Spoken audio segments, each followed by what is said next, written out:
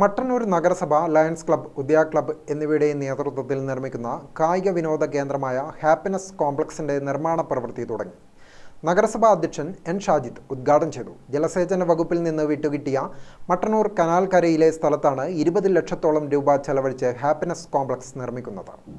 മാറാൻ പോകുന്ന ഹാപ്പിനെസ് പാർക്കിന്റെ പ്രവൃത്തി ഉദ്ഘാടനമാണ് ഇന്ന് നടന്നിട്ടുള്ളത്.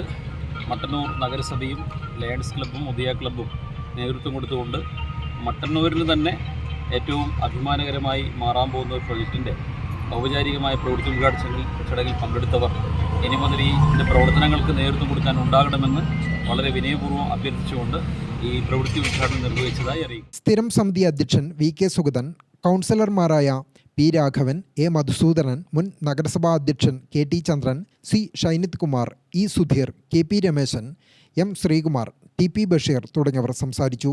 ഫ്ലഡ് ലൈറ്റ് സൗകര്യത്തോടുകൂടി വോളിബോൾ ടർഫ് കോർട്ട്, ചുറ്റിലുമായി കുട്ടികളുടെ പാർക്ക്, പ്രഭാത സായാഹ്ന സവാരിക്കായി നടപ്പാത, ഓപ്പൺ ജിംനേഷ്യം, ദീപാലങ്കാരത്തോടുകൂടിയ പൂന്തോട്ടം, കോഫി പാർലർ, ശൗചാലയം തുടങ്ങിയവയാണ് നിർമ്മിക്കുന്നത്. പൊതു സ്വകാര്യ പങ്കാളിത്തത്തോടെയാണ് പദ്ധതി നടപ്പാക്കുക.